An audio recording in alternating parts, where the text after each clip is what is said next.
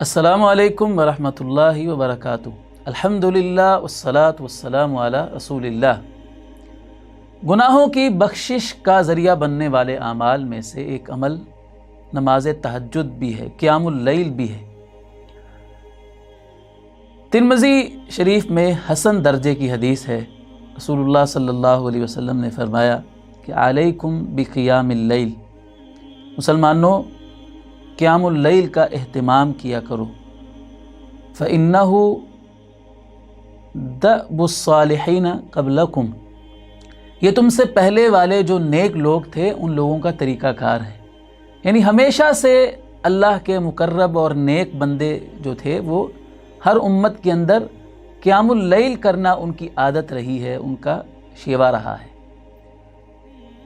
پھر آپ نے قیام اللیل کے 3 فائدے بیان فرمائے۔ پہلا فائدہ بیان فرمایا وَهُوَ قُرْبَةٌ إِلَىٰ رَبِّكُمْ، قیام اللیل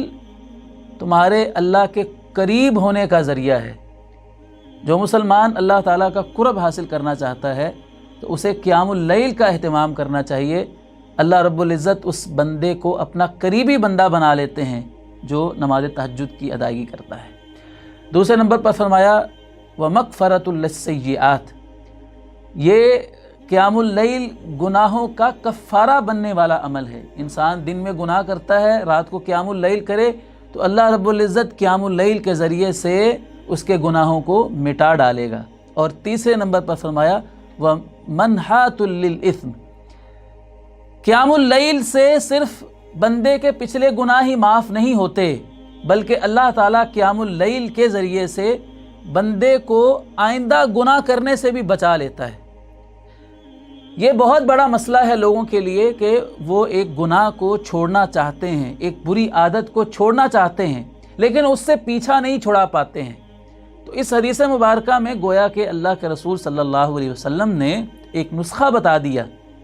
کہ اگر کوئی مسلمان کسی بری عادت کو چھوڑنا چاہتا ہے، کسی گناہ سے پیچھا چھڑانا چاہتا ہے تو وہ قیام اللیل کا اہتمام کرنا شروع کر دے تو اللہ کی توفیق سے وہ بندہ اس گناہ سے اپنا پیچھا چھڑانے میں انشاءاللہ ضرور کامیاب ہو جائے گا۔ تو یہ حدیث مبارکہ جہاں تہجد کی نماز کے اور فائدے بتا رہی ہے، وہاں پر ایک فائدہ ہمیں یہ بتا رہی ہے کہ قیام اللیل سے گناہ معاف ہوتے ہیں۔ تو یہ جو رات کا وقت ہے یہ تو ویسے بھی اللہ تعالیٰ کی طرف سے پیشکش ہوتی ہے بندوں کے لیے۔ حدیث مبارکہ میں آتا ہے کہ جب رات کا تیسرا پہر شروع ہوتا ہے تو اللہ تعالیٰ آسمان دنیا پر اترتا ہے۔ ينزل ربنا تبارک وتعالی کل لیلۃ الى السماء الدنیا حین یبقى ثلث اللیل الآخر، اللہ تعالیٰ آسمان دنیا پر آتا ہے جیسے اس کی شان کے لائق ہے اور آ کر 3 اعلان کرتا ہے من یدعونی فاستجیب لہ، کون ہے جو مجھ سے دعا کرے میں اس کی دعا کو قبول کروں، من یسألنی فأعطیہ، کون ہے جو مجھ سے سوال کرے اور میں اس کو اس کا سوال عطا کر دوں، جو وہ مجھ سے مانگے میں اس کو وہ عطا کر دوں، ومن یستغفرنی فاغفر لہ، کون ہے جو مجھ سے استغفار کرے اپنے گناہوں کی بخشش مانگے اور میں اس کو معاف کر دوں۔ قرآن مجید میں اللہ رب العزت نے جنتی لوگوں کا ذکر فرمایا ہے سورہ زاریات کے اندر کہ اہل تقوی متقین جنت میں جائیں گے، تو جنت میں جانے والے اہل تقوی اہل ایمان کی اللہ تعالیٰ نے کچھ خوبیاں بیان فرمائی ہیں۔ ان خوبیوں میں سے ایک خوبی یہ بیان فرمائی کہ وَكَانُوا قَلِيلًا مِّنَ اللَّيْلِ مَا يَهْجَعُونَ وَبِالْأَسْحَارِ هُمْ يَسْتَغْفِرُونَ، کہ یہ جو جنت میں جانے والے متقی لوگ ہیں ان کا دنیا میں یہ معمول تھا کہ یہ رات کو تھوڑی دیر ہی سویا کرتے تھے، رات کا اکثر حصہ یہ قیام اللیل کیا کرتے تھے، تہجد پڑھا کرتے تھے اور سحری کے وقت ہی اللہ تعالیٰ سے استغفار کیا کرتے تھے۔ تو معلوم یہ ہوا کہ رات کا پچھلا پہر سحری کا وقت اللہ تعالیٰ کی طرف سے خصوصی طور پر گناہوں کی بخشش مانگنے کا وقت ہوتا ہے۔ اس وقت میں اٹھ کر جو بندہ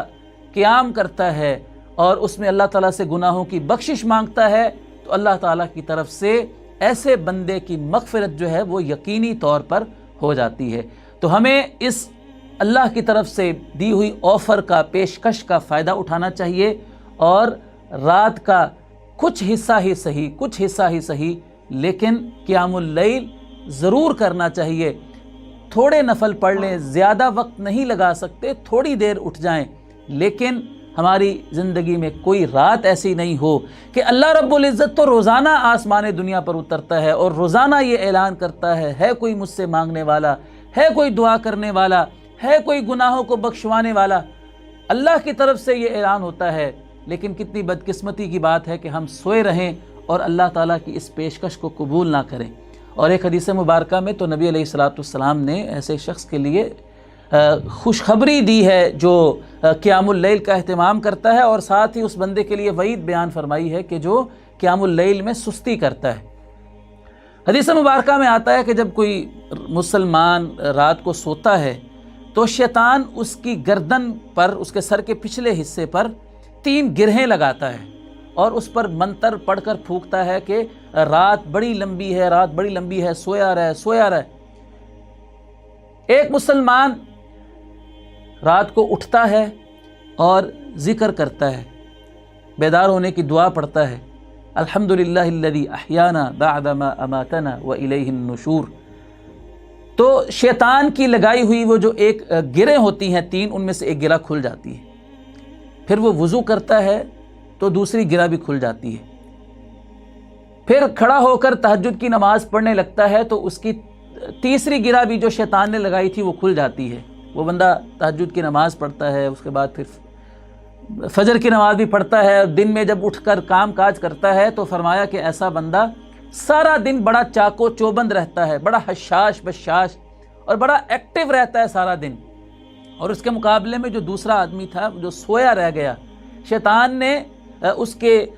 گریں تینوں لگائی ہوئی تھیں اور وہ سویا رہا، تہجد کی نماز کے لیے نہیں اٹھا، تو فرمایا کہ ایسا شخص جب اٹھتا ہے صبح تو وہ سستی کا مارا ہوا، اور خبیث النفس کے آپ صلی اللہ علیہ وسلم نے الفاظ استعمال فرمائے